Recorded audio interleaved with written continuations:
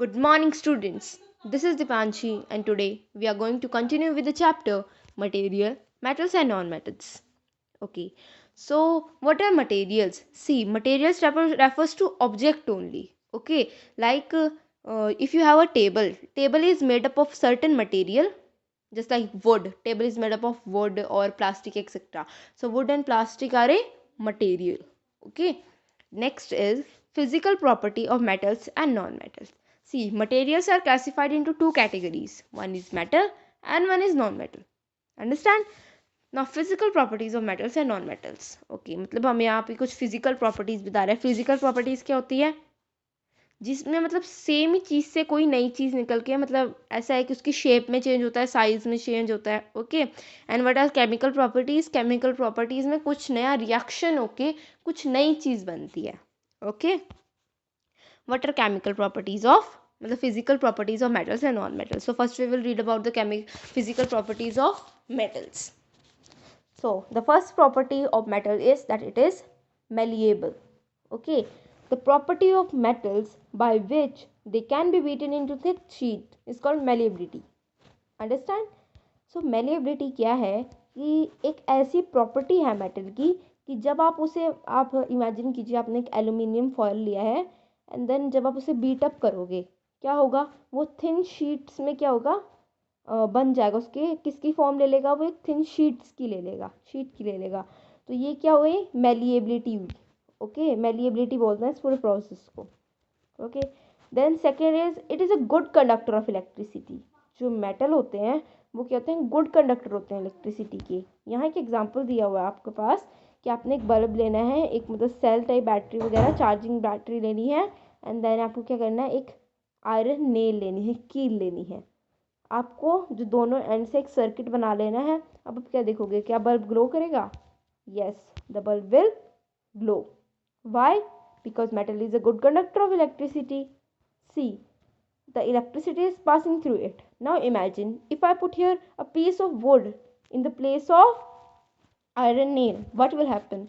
The bulb will not glow because wood is a non-metal. In forward आगे हम पढ़ेंगे इसके बारे में और अच्छे से डिटेल में हमें इससे क्या पता चला कि जो मेटल्स हैं वो मेलिएबल होते हैं and good conductor of electricity होते हैं. Next is they are ductile. अब देखो हमने मेलिएबल पढ़ा कि जब भी वो थिन शीट्स का फॉर्म ले लेते हैं मेटल बीटिंग पे या हीटिंग पे किसी भी प्रोसेस से तो वो मेलिएबिलिटी है. और डक्टिलिटी क्या है जब हम वायर्स में उन्हें करते हैं ओके वायर्स में बीट अप करके वो वायर्स की शेप लेती है तो वो क्या होगी डक्टिलिटी. नेक्स्ट जो है हमारा वो है सोनरस. अब आपने देखिए जो आपकी स्कूल की घंटी होगी जब आप उसे बजाते हो टन टन इस तरह की आवाज़ प्रोड्यूस होती है ना रिंगिंग साउंड या फिर आपके घर की जो मंदिर की घंटी होती है जब हम आप उसे बजाते हो तो कैसी आवाज़ आती है टन right. So after performing the above activities we can say that some materials are hard. पहला एग्जाम्पल क्या है हार्ड. अब हार्ड का एग्जाम्पल आप क्या दोगे मुझे कि जस्ट लाइक आपके पास है पैन्स होती हैं आपकी वो भी सर्टेन मेटल की बनी होती हैं क्या वो सॉफ्ट होती हैं no they are hard okay. Next property is lustrous they are shining.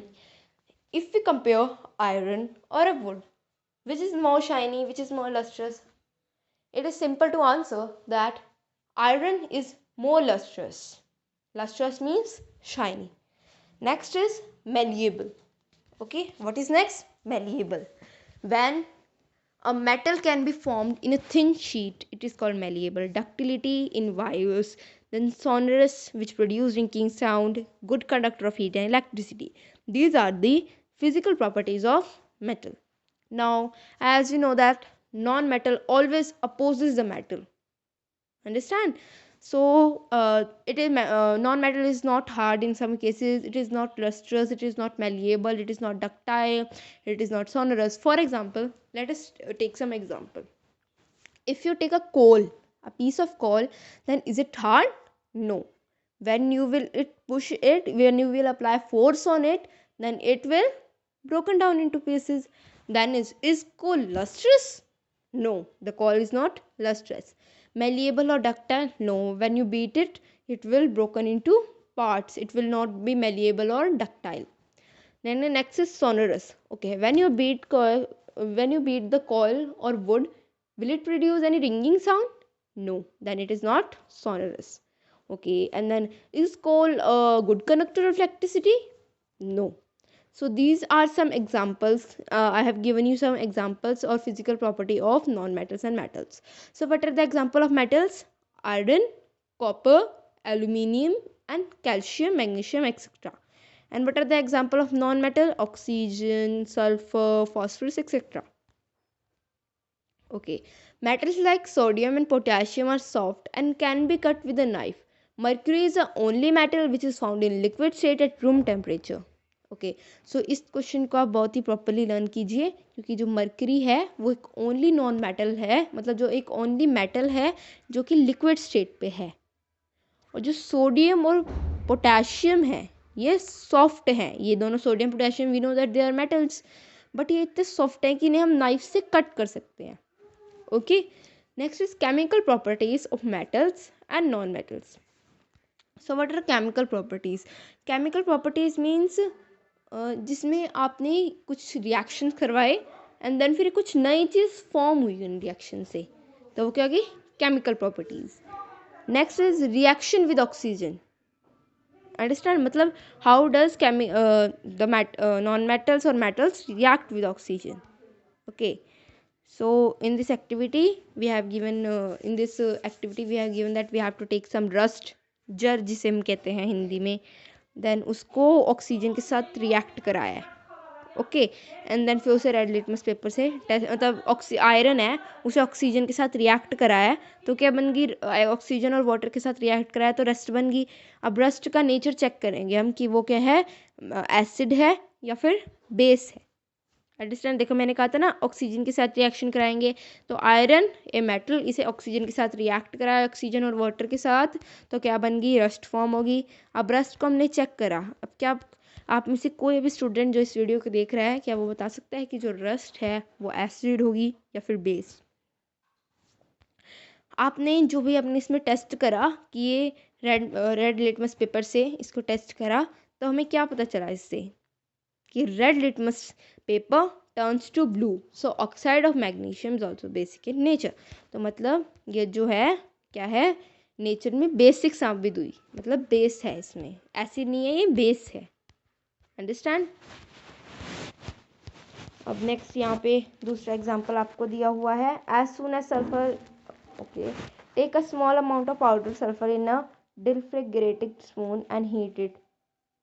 It is not available. You can take a metallic cap of a bottle and wrap a metallic wire around it and give it a shape shown in figure 4.4a. So see, यहाँ पे एक spoon है special type का जिसे आप डिफ्रेगरेटिंग spoon कहते हैं. आप इसके इस्तेमाल से क्या कीजिए, जो है हमारी पाउडर सल्फेट है उसे निकाल लीजिए और उसमें थोड़ा सा पानी मिक्स जो है वो कर लीजिए एंड देन उसे चेक कीजिए कि वो क्या है लिटमस पेपर से, कि वो एसिड में चेंज होती है कि एसिड है वो कि बेस है. Generally oxides of non metals are acidic in nature. So मतलब नॉन मेटल्स जो होते हैं उनकी ऑक्साइड्स क्या होती हैं? एसिड होती हैं. एंड जो मेटल्स होते हैं उनकी ऑक्साइड्स क्या होती हैं? Basic. Okay, so reaction with water. Let us see how metals and non-metals react with water. Sodium metal is very reactive. It reacts vigorously with oxygen and water. A lot of heat is generated in the reaction. It is therefore stored in kerosene. मतलब जो sodium metal होता है ये बहुत ज़्यादा reactive होता है कि इवन अगर ये ऑक्सीजन या वाटर की कॉन्टैक्ट में आ गया तो ये क्या करता है? रिएक्ट करता है. ओके, सो इसलिए इसे कैरोसिन में स्टोर करा जाता है. एंड जो नॉन मेटल्स होते हैं जनरली वो एयर और वाटर के साथ जो क्या करते हैं? रिएक्ट नहीं करते. Then his reaction with acids. Okay, so यहाँ है reaction with acid. Take some samples of metals and non metals. Metal listed in the table 4.5. यहाँ आपने क्या करना है, कुछ क्या ले लेने हैं? मेटल्स लेने हैं, नॉन मेटल जैसे कि magnesium, aluminium, iron, copper wires और चारकोल, सल्फर इनके थोड़े ले लेने हैं. आप इन्हें रूम टेम्परेचर पे रखिए तो इनका डिल्यूट हाइड्रोक्लोरिक एसिड के साथ क्या रिएक्शन होगा? ठीक है, देन इन्हें वार्म कीजिए, ठीक है, उसके बाद क्या रिएक्शन निकलेगा, then is reaction with dilute sulphuric acid. पहले हम किससे कर रहे थे, हाइड्रोक्लोरिक एसिड से, देन हम किससे कर रहे हैं, सल्फ्यूरिक एसिड से। अब हमें बताना है कि रूम टेम्परेचर पे करेंगे, वार्म रखेंगे तो क्या इसका रिजल्ट निकलेगा। Is there a difference in the way metals and non-metals react with acid? Yeah, there is. What could the pop sound in the some cases be due to when a burning matchstick is brought near the mouth of the test tube? You must have found the non-metals generally do not react with acid, but metals react with acid, produce hydrogen gas that burns with a pop sound. इस चीज़ से हमें ये चीज़ पता चली कि जो non metals होते हैं वो क्या करते हैं, जनरली रिएक्ट नहीं करते एसिड के साथ, लेकिन जो मेटल्स होते हैं वो रिएक्ट करते हैं। Okay, then reaction with bases. When the pop sound indicates, as before, the pop sound indicates the presence of hydrogen gas.